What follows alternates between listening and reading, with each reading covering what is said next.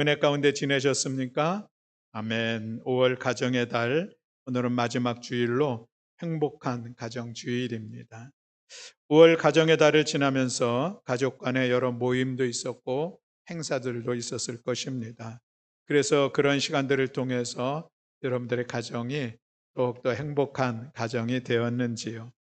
아니면 평소보다 많은 만남과 행사로 인하여서 오히려 더 힘도 들고 피곤하기도 하고 때로는 짜증나기도 하고 또 만남의 관계 속에서 또 어려움도 느끼기도 하고 또 경제적인 부담으로 인하여서 그리 좋지만은 않은 그런 시간들을 지냈는지요.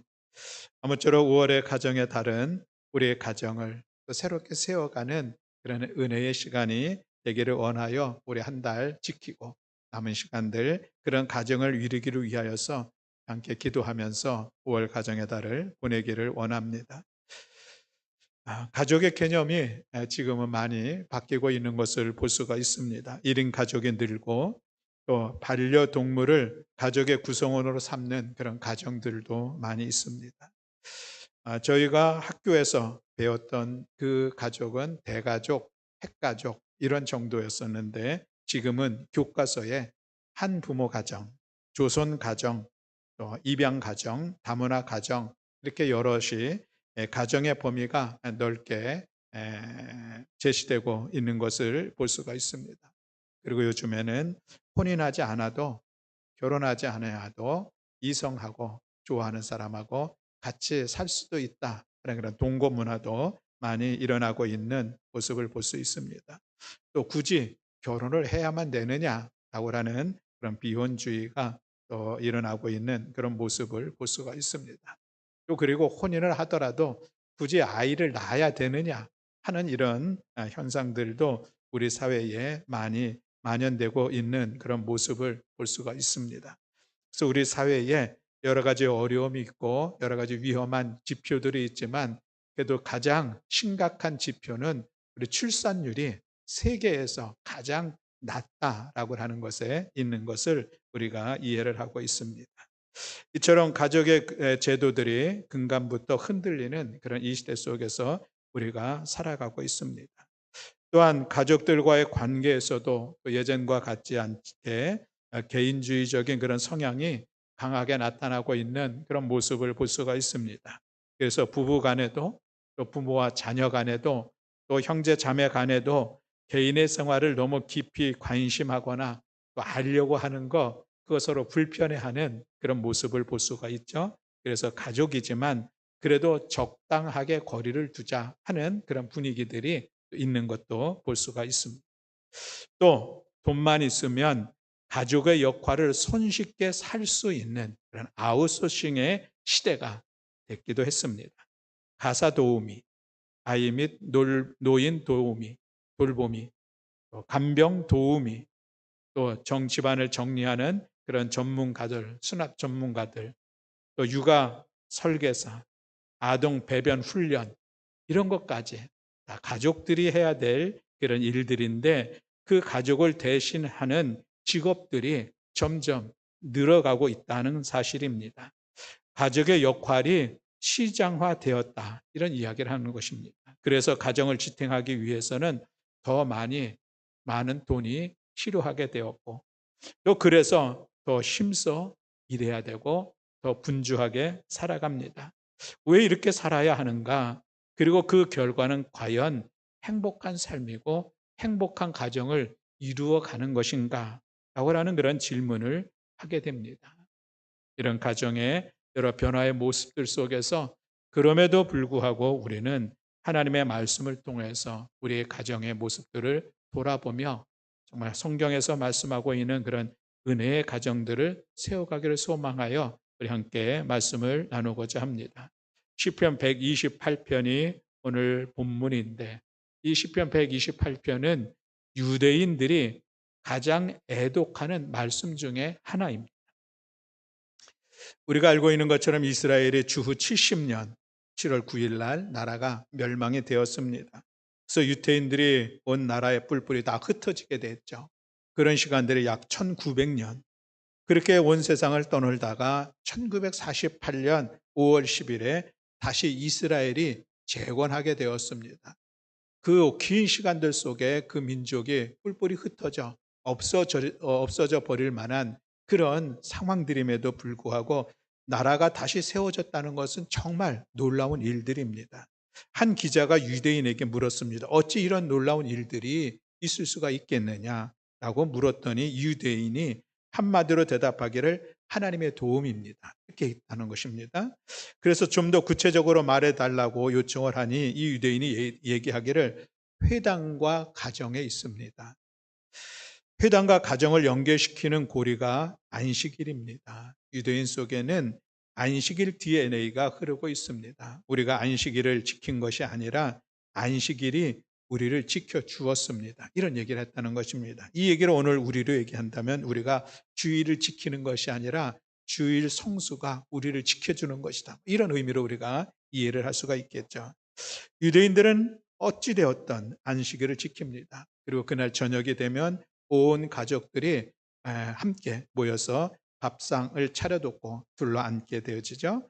그리고서는 가정 예배를 드립니다. 만일 가족 중에 불가피한 일로 그 자리에 참석하지 못한 가족이 있다면 그 자리도 만들어 놓고 그 자리에 음식도 차려 놓는다고 합니다.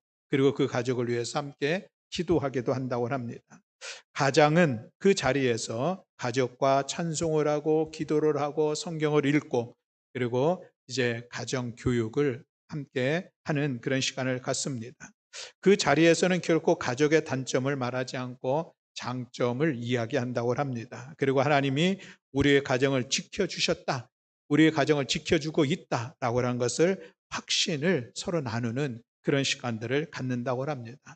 그때의 가족이 함께 낭독하는 성경 말씀이 시편 128편 말씀이다라고 하는 것입니다. 오늘 시편 128편은 구구절절히 복에 관한 말씀이 기록되어 있는 것을 볼 수가 있습니다. 그래서 1절에 보면은 복이 있도다라고 말씀하고 2절에서도 보면 내가 복되고 형통하리로다라고 말씀하고 3절에 보면 복이 있다는 이 말씀을 또 은유적으로 표현하는 그런 모습도 보고 4절에서는 이같이 복을 얻으리로다 5절에서는 내게 복을 주실지어다 6절에서는 평안이 있을지어다 라고 말씀하고 있는데 이 평강은 하나님께서 주시는 복이 나타난 그 다른 모습이라 할 수가 있는 것이죠. 그러므로 인하여서 이 시편 128편은 정말 복되고 형통한 가정의 모습을 우리에게 보여주고 있습니다. 그래서 오늘 우리는 먼저 이 말씀을 통하여서 어떤 가정이 복되고 형통한 가정인가 두 가지 말씀을 같이 나누려고 합니다. 그것은 1절 말씀에 있습니다. 우리 1절 말씀을 함께 다시 한번 봉독하겠습니다. 함께 봉독하십니다. 여호와를 경외하며 그의 길을 걷는 자마다 복이 있도다. 아멘. 어떤 가정이 복이 있는 가정이고 형통함을 누릴 수 있는 가정인가? 첫 번째로는 여호와를 경외하는 가정이 그렇다는 것입니다. 여호와를 경외하는 가정. 우리 4절에서도 보면 이렇게 말씀을 하고 있죠. 여호와를 경외하는 자는 이같이 복을 얻으리로다라고 말씀을 하고 있는데 여호와를 경외하는 자, 여호와를 경외하는 가정은 바로 복을 누리고 형통케 되어진다라는 그런 말씀을 하고 있는 것입니다. 그렇습니다. 사랑하는 성도 여러분, 오늘 우리들의 삶이 또 우리들의 가정이 정말 복된 가정이 되기를 소망한다면 여호와를 경외하는 이 믿음 안에서 굳건하게 세워가는 가정이 되어야 할 줄로 믿습니다.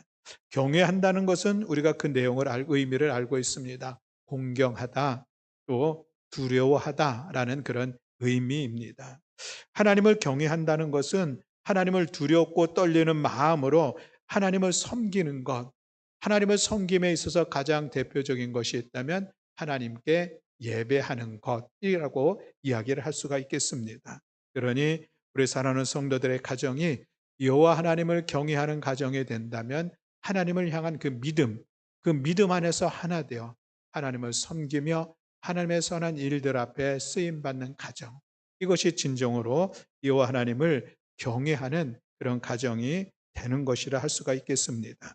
사랑하는 성도 여러분, 오늘 우리는 이런 생각을 할 수가 있겠습니다. 우리의 가정, 온 가족에도 같이 신앙생활도 하고 우리 함께 교회 가서 예배도 드리고 그러는데 그래서 우리의 가정은 여호와 하나님을 경외하는 가정이구나라고 생각하시는 분이 있을 수도 있겠습니다.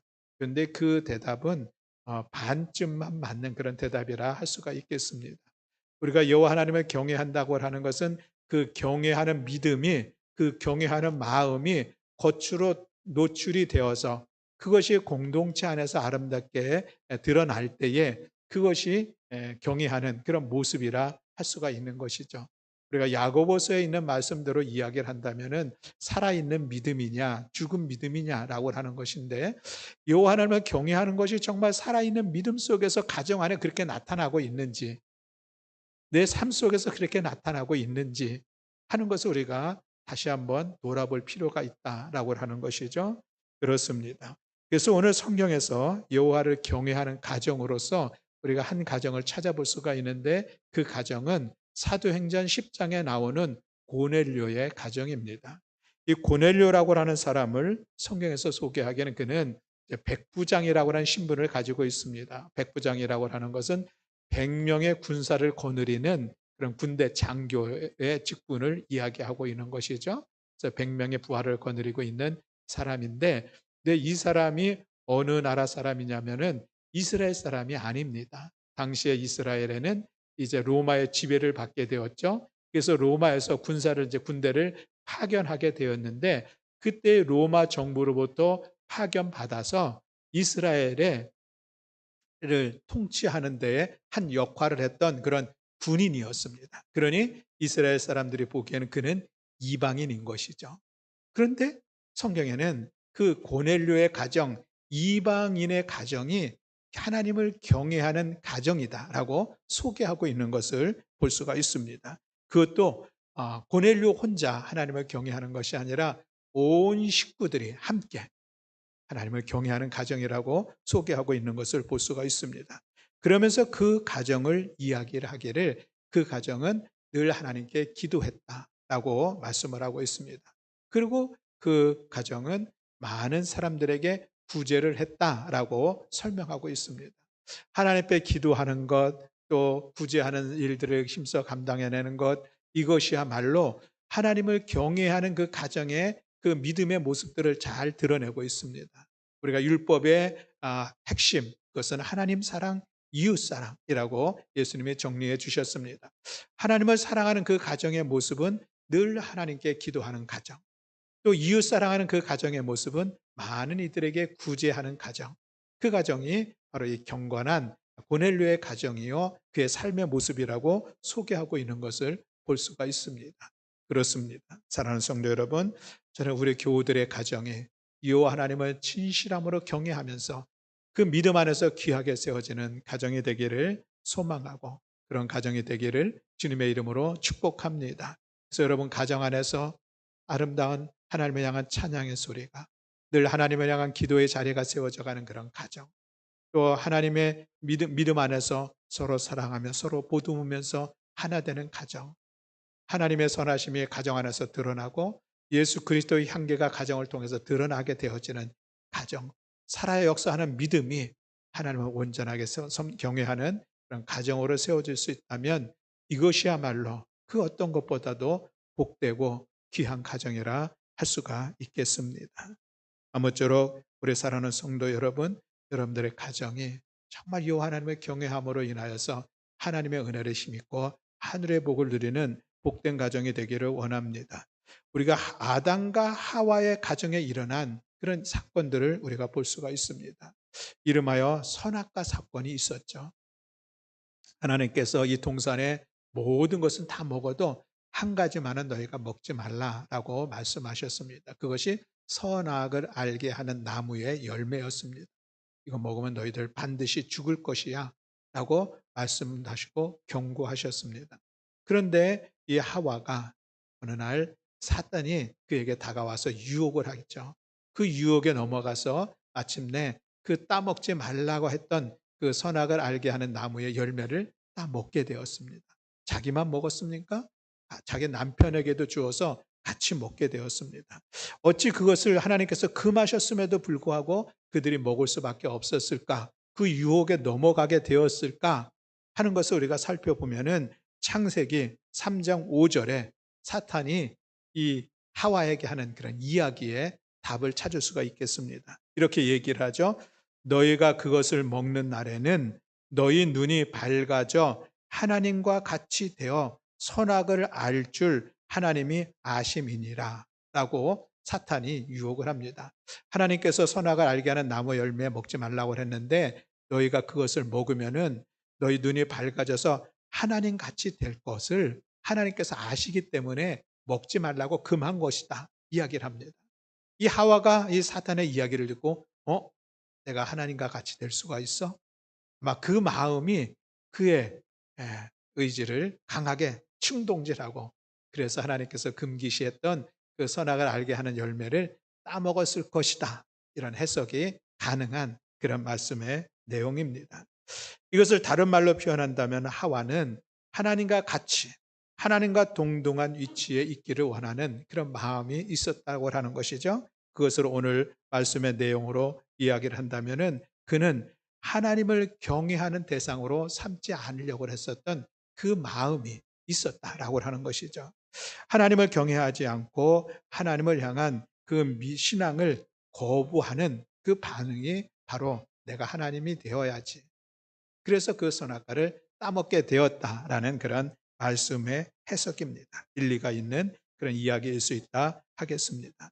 그런데 여러분 결코 그 결과적으로 그 행동을 통하여서 어떻게 되었습니까? 그들은 에덴의 행복을 잃어버리게 되었습니다. 하나님을 경외하지 않고 내가 그 자리에 서는 것, 그것이 더 복된 길이라 생각을 했지만 결국 그것은 불행으로 빠지게 된 것입니다.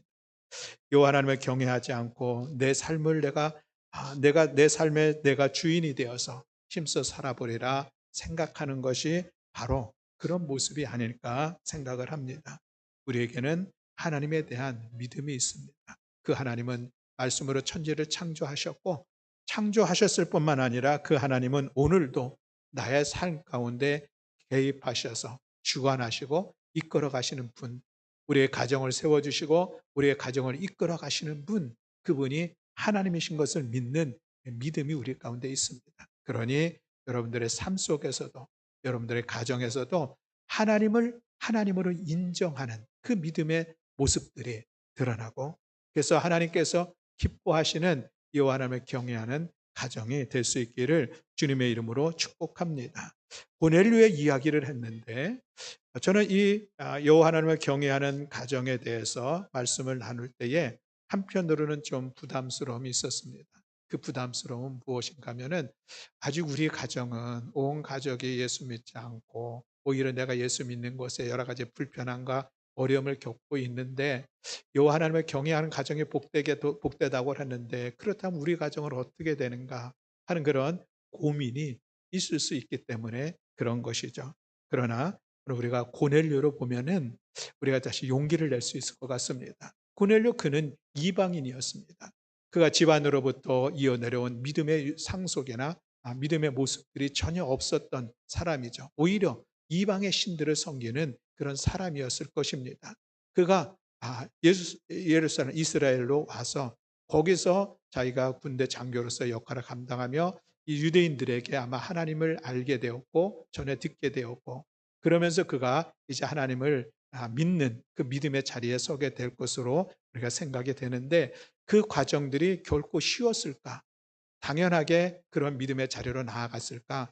그리고 자기뿐만이 아니라 자기의 온 가족들도 그렇게 하나님을 믿는 믿음의 가정으로 그렇게 쉽게 세워갔을까? 생각해 보면 전혀 그렇지 않습니다. 이방인들이 하나님을 섬긴다는 거 결코 쉽지 않죠. 또 더군다나 지금 이 피정복, 자신들이 다스리고 있는 이 나라의 통치자로서의 어떤 역할들을 감당하는 그런 사람이 그 나라의 신앙을 받아들인다는 거 결코 쉽지 않습니다. 그 관계 속에서 여러 가지 어려움도 당할 수 있을 것이고 거부감 반응도 참 많이 있었을 텐데 그럼에도 불구하고 고넬료가 경건한 믿음을 갖게 되었고 그 가정이 하나님을 경외하는 가정으로 세워갔다는 것은 오늘 어쩌면 우리 성도들에게 오늘 우리 가정에 다 하나님을 믿는 믿음의 가정이 아닌 것에 대해서 어려움을 갖고 있을진데 거기에 대한 소망을 가질 수 있을 것입니다. 그래서 지금 우리의 가정이 믿음 안에서 온 가족이 함께 하나 되지 못한 가정이 있으면은 그것으로 인하여서 낙심하고 어려움할 것이 아니라 여전히 우리 가정도 고넬료의 가정처럼 믿음 안에서 하나님을 경외하는 가정이 되기를 소망하고 또 그 소망의 끈을 놓지 않고 늘 기도하고 또 기회가 있다면 우리가 가족들을 서로 사랑으로 더 보듬고 하나님의 말씀을 함께 나누면서 마침내 여호와 하나님을 경외하는 그런 가정으로 이끌어가는 역할들, 이것은 먼저 믿는 우리들이 감당해야 될 귀한 사명입니다. 저는 태어나서부터 어머니의 뱃속에서부터 신앙생활을 해왔기 때문에 교회 생활에 대해서 전혀 이질감을 가질 겨를도 없었고 당연시 여겼습니다. 그러나 종종 보면은 처음으로 1세대로 신앙생활 하시는 그런 분들 있습니다. 우리 교회도 있죠. 그런데 나로 처음에 내가 혼자 교회 다녔었는데 나로 인하여서 우리 부모님들도 우리 형제들도 함께 신앙생활을 하게 되었습니다. 이런 이야기를 들으면은 그분이 얼마나 참 귀한 역할을 했는가 하는 그런 생각을 가지면서 함께 감사하는 그런 시간을 갖습니다. 그렇습니다. 혹이나 내가 믿음의 1세대입니까? 하나님께서 나에게 먼저 이 복음의 은혜, 믿음의 은혜를 주셨으니 그것으로 우리 가정들을 하나님을 경외하는 가정으로 잘 세워가는 우리 모든 성도들이 될 수 있기를 주님의 이름으로 축복합니다. 그래서 하나님을 경외함으로 하늘의 복과 또 형통의 복을 누리는 우리 가정이 될 수 있기를 바랍니다. 두 번째로 말씀하고 있는 것은 하나님의 길을 걷는 가정이 복되고 형통하다라고 말씀을 하고 있습니다. 1절 하반절에 있는 말씀이 그렇죠. 그의 길을 걷는 자마다 복이 있도다라고 말씀하고 있습니다. 여기서 길이라고 하는 것은 도로, 그걸 우리가 알고 있죠. 그것은 하나님의 말씀이라고 하는 걸로 번역되어지기도 하고 의미를 갖고 있기도 하고 또 하나는 방식이라는 걸로도 우리가 의미를 가지고 있습니다. 걷는다고 하는 것은 우리가 오고 간다 하는 것을 우리가 이해하지만 거기에는 생활하다라는 그런 의미를 담고 있습니다. 그러니 그의 길을 걷는다라고 하는 것은 하나님께서 원하시는 방식으로 생활을 한다라는 그런 의미를 가지고 있습니다. 모든 사람은 자신이 원하는 삶의 방식을 가지고 있습니다. 그래서 그렇게 살아가는 것이죠. 그런데 문제가 있습니다.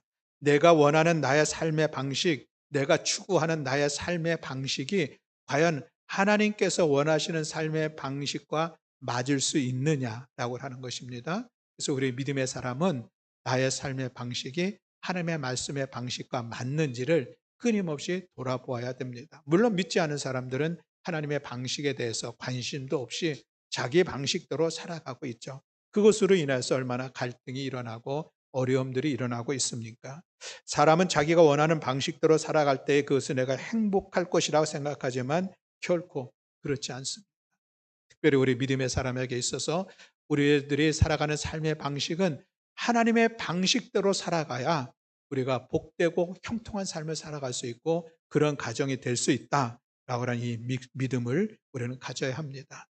그래서 우리들의 삶의 방식의 전환이 이루어져야 한다는 것이죠. 그렇게 삶의 방향의 방식이 전환되어질 때에 그 안에서 진정으로 그런 복된 삶을 살아갈 수가 있습니다. 사람이 하나님의 뜻을 거슬러 자신의 길을 택하고 그것을 위해서 애써 노력할지라도 결국 그것을 이루어가는 그런 것은 하나님의 뜻입니다. 이것이 우리 신앙의 고백 아니겠습니까?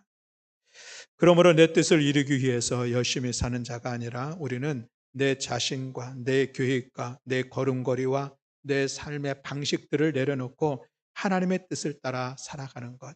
이것이 진정한 신앙인의 모습이요. 이것이 진정한 지혜로운 생활의 모습이다 하겠습니다. 그렇다고 하면 하나님이 원하시는 방식, 생활 방식을 살아간다는 것은 무엇을 의미하는 것인가? 그것은 우리가 하나님의 말씀을 따라 살아간다는 것입니다. 하나님의 말씀 앞에 순종하는 삶을 살아간다는 것입니다. 우리의 믿음의 근거는 하나님의 말씀입니다. 그리고 우리가 믿음으로 살아가는 삶의 기준도 하나님의 말씀입니다. 우리에게 하나님께서 주신 귀한 선물들이 참으로 많이 있는데 무엇보다도 귀하고 소중한 선물은 무엇인가? 하나님의 말씀인 성경. 우리에게 주셨다는 것은 참으로 귀한 일입니다. 우리는 성경을 통해서 하나님을 알 수 있습니다. 우리는 성경을 통해서 하나님의 마음, 하나님의 뜻, 하나님의 선하시고 기뻐하시는 것이 무엇인지 알 수 있습니다. 우리는 하나님의 말씀을 들음으로 믿음이 생기고 하나님의 말씀을 따라 나아갈 때에 우리는 나아갈 게 열어가는, 그래서 하나님의 말씀은 내 발의 등이요 내 삶의 빛이라고 말씀을 하고 있습니다. 가나안 정복 전쟁을 앞에 놓고 지도자로 세워진 여호수아, 그는 그에게 주어진 이 역할들, 사명들 앞에서 염려하는 마음이 있었는데 하나님께서 그때 여호수아에게 이렇게 말씀을 하십니다. 여호수아서 1장 8절 말씀에 보면 이 율법책을 내 입에서 떠나지 말게 하며 주야로 그것을 묵상하여 그 안에 기록된 대로 다 지켜 행하라. 그리하면 내 길이 평탄하게 될 것이며 내가 형통하리라 말씀하고 있습니다. 지금 정복 전쟁을 앞에 두고 있는 여호수아에게 네가 전쟁을 하려면 이렇게 해야 되고 백성들을 이렇게 인솔해야 되고 통솔해야 되고 이런 전쟁에 관한 말씀을 하신 것이 아니라 오히려 하나님은 여호수아에게 내가 너에게 준 이 말씀을 지켜서 행하기만 하라. 그리하면은 네가 이 전쟁의 모든 과정들 평탄하게 될 것이요 형통하리라, 승리할 것이다 라고 약속해 주고 있는 하나님의 말씀이었습니다. 죽음을 앞에 둔 다윗은 솔로몬에게 이런 유언을 남깁니다. 열왕기상 2장 3절 말씀에 보면 내 하나님 여호와의 명령을 지켜 그 길로 행하여 그 법률과 계명과 율례와 증거를 모세의 율법에 기록된 대로 지키라. 그리하면 내가 무엇을 하든지 어디로 가든지 형통할지니라. 아멘. 다윗, 그는 가는 곳마다 전쟁에서 승리케 하셨던 하나님의 은혜를 힘입었던 왕이었습니다. 이스라엘의 가장 위대한 왕이었었고 다윗을 통하여서 나라는 더 확장되었고 나라는 태평성대 가운데 지내는 그런 시간들이 있었습니다. 이스라엘 사람들에게 있어서 가장 위대한 왕은 다윗이고 지금도 이스라엘 사람들은, 유대인들은 다윗의 왕국의 시절을 꿈꾸고 그래서 그들의 나라의 국기에는 다윗의 별이 그려져 있는 것을 볼 수가 있습니다. 이런 다윗, 늘 하나님과 함께 하시면서 하나님의 뜻을 따라 나라를 통치하고 전쟁에 승리했던 이 다윗이 솔로몬에게 남긴 이 유언, 율법에 기록된 대로 지키라. 그리하면 내가 무엇을 하든지 어디로 가든지 형통하리라 라고 이야기한 것은 그의 삶 속에서, 체험 속에서 경험된 것을 아들 솔로몬에게 마지막 유언으로 남긴 말씀입니다. 시편 1편은 복 있는 사람에 대해서 말씀을 하고 있고 시편 1편은 시편 150편 전체를 아우르는 핵심적인 주제를 말씀하고 있는데 그것이 바로 복 있는 사람입니다. 복에 대한 말씀인데 어떤 사람이 복 있는 사람인가? 오직 여호와의 율법을 즐거워하여 그의 율법을 주야로 묵상하는 자인 것을 말씀을 하고 있습니다. 그렇게 여호와의 말씀을 즐거워하여 주야로 묵상하는 사람은 그의 삶이 어떻게 되어질까? 3절에서는 이렇게 말씀을 하고 있죠. 그는 시냇가에 심은 나무가 철을 따라 열매를 맺으며 그 잎사귀가 마르지 아니한 같으니 그가 하는 모든 일이 다 형통하리로다. 하나님의 말씀을 따라 살아가는 삶의 복이 형통의 복을 누린다고 말씀을 하고 있습니다. 신명기 28장 말씀에 보면은 복과 저주가 대비되어서 아주 강하게 말씀하고 있는 것을 볼 수가 있습니다. 복 받는 사람은 어떤 사람인가? 하나님의 말씀을 청종하는 사람.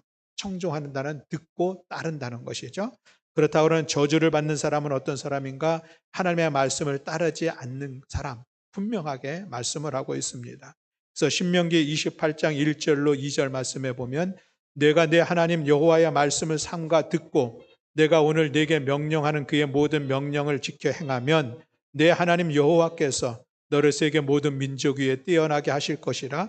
내가 내 하나님 여호와의 말씀을 청종하면 이 모든 복이 내게 임하여 내게 이르리라 라고 말씀하시면서 이어서 엄청난 축복을 이야기하고 있는 것을 볼 수가 있습니다. 그러다가 신명기 28장 15절에 가면은 정반대의 이야기를 합니다.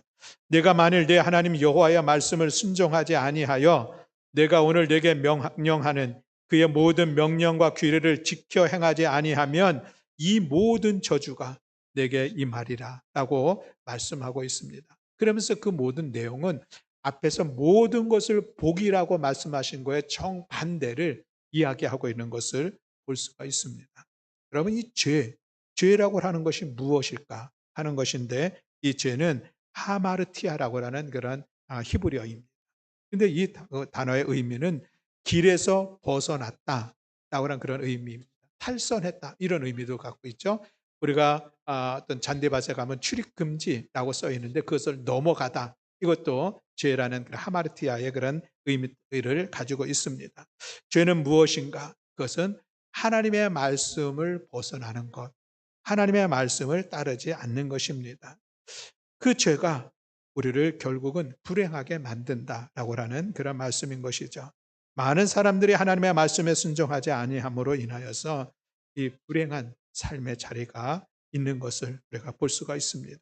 오늘 우리 사회가 그런 혼란스럽고 어려움을 겪는 그런 이유 중에 하나라 우리가 믿음의 눈으로 볼 수가 있는 것입니다.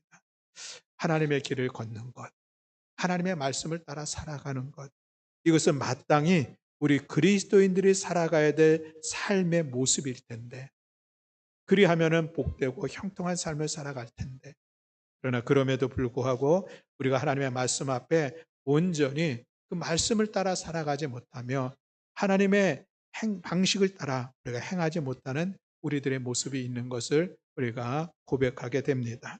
아무쪼록 오늘 말씀을 통해서 다시 한번 다짐하기는, 어떤 상황들 속에서도 어떤 유혹이 있다 할지라도, 어떤 도전이 내 앞에 다가온다 할지라도 나는 하나님의 말씀을 따라가리라. 하나님 가라 말씀하시면은 그곳이, 내가 서 있는 곳이 비록 벼랑 끝을 할지라도 거기서 내가 말씀을 따라 한 걸음을 앞으로 내디디리라. 이런 믿음의 다짐과 또 그 다짐을 통해서 믿음의 삶을 말씀을 따라 행하는 우리 모든 성도들이 될 수 있기를 주님의 이름으로 축복합니다. 하나님의 말씀은 그저 나에게 유익한 말씀, 선하고 좋은 말씀, 뭔가 세상 속에서 듣지 못하는 참으로 특별한 말씀으로만 여길 것이 아니라 그 말씀은 우리가 삶으로 살아가야 될 그는 하나님의 명령입니다. 그러니 말씀을 가슴에 새기고, 말씀이 여러분들의 손과 발과 눈과 입에서 여러분들의 표정 속에서 나타남으로 인하여서 거룩한 말씀의 삶을 살아내는 우리 성도들, 또 그렇게 거룩한 가정으로 세워가는 우리 성도들의 가정이 될 수 있기를 주님의 이름으로 축복합니다. 그것이 1절에 있는 말씀이요, 그렇게 하나님을 경외하며 또 말씀을 따라 살아가는 삶과 가정 가운데 하나님께서 주시는 복과 형통함은 어떤 것인가를 기록하고 있는 것이 2절 이하에 있는 말씀입니다. 세 가지로 요약이 되고 있는데, 하나는 내가 수고한 대로 먹을 것이라 2절에 이렇게 말씀하고 있습니다. 여러분, 우리가 수고하여 먹을 수 있다고 하는 것이 복입니다. 사람들은 내가 수고하지 않고 많은 것을 가질 수 있으면, 마음껏 먹을 것이 있으면 그것이 얼마나 복된 일인가 라는 그런 생각을 합니다. 그래서 가장 쉽게 생각하는 것이 부동산 임대. 내가 수고를 많이 하지 않아도 내가 소득을 얻을 수 있고, 그래서 많은 사람들이 그것을 추구합니다. 잘못됐다는 것은 아니죠. 그러나 우리가 생각하기에 내가 일할 수 있는 현장에 있다는 것, 은혜입니다. 감사한 일이죠. 그리고 내가 그렇게 일을 했는데 그 결실을 얻을 수 있다는 것, 이거 감사한 일입니다. 은혜인 것이죠. 그리고 또 그렇게 거두어 드렸는데 그것을 내가 먹고 마시고 누릴 수 있다는 것, 이것도 은혜입니다. 그래서 오늘 2절 말씀에 내 손이 수고한 대로 먹을 것이라, 이것은 정말 하늘의 복입니다. 우리들이 살아가면서 수많은 헛수고의 모습을 보게 되는데 참으로 안타깝죠. 아무쪼록 여호와를 경외하며 하나님의 말씀을 따라 힘써 수고함으로 인하여서 그 수고의 열매를 거두고 수고의 열매를 누리는 우리 모든 성도들이 될 수 있기를 주님의 이름으로 축복합니다. 이어서 3절과 4절에 보면은 가정이 얼마나 아름답고 풍성하게 세워질 것을 이렇게 말씀을 하고 있습니다. 내 집 안방에 있는 내 아내는 결실한 포도나무 같으며 내 식탁에 둘러앉은 자식들은 어린 감람나무 같으리로다. 여호와를 경외하는 자는 이같이 복을 얻으리로다 라고 말씀을 하고 있습니다. 온 가족들이 서로 함께 하나 되어 마음껏 하나님의 은혜를 풍성하게 누리는 복된 삶의 모습들을 그리고 있는, 표현하고 있는 3절, 4절의 말씀드립니다. 우리가 여호와 하나님을 경외하는 가정, 하나님의 말씀을 따라 나아가는 그 가정 가운데 하나님의 풍성함들이 우리의 가정 속에서 아름답게 이루어질 것이다. 하나님의 말씀을 오늘 우리가 기억하고, 마지막 세 번째로는 자손의 번영을 이야기하고 있습니다. 5절과 6절 말씀에 보면 여호와께서 시온에서 내게 복을 주실지어다.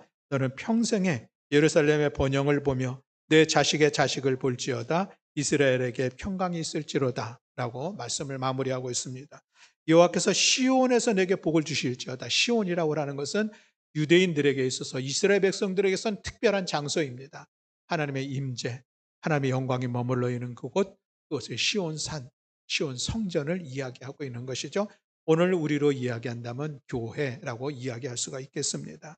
그것을 하나님께서 복을 주신다는 것이죠. 그런데 그 복은 개인의 복을 넘어서서 예루살렘 전체의 번영을 하나님께서 주시겠다고 하는 말씀이요, 자식의 자식을 볼지어다 자손의 번영을 약속하고 있는 말씀, 거기에 하나님의 평강이 임하는 축복까지 이야기하고 있는 것을 볼 수가 있습니다. 이것이 바로 하나님을 경외하며 또 하나님의 말씀을 따라 살아가는 가정 가운데 주실 하늘의 복인 것을 오늘 우리는 말씀을 통해서 살펴보았습니다.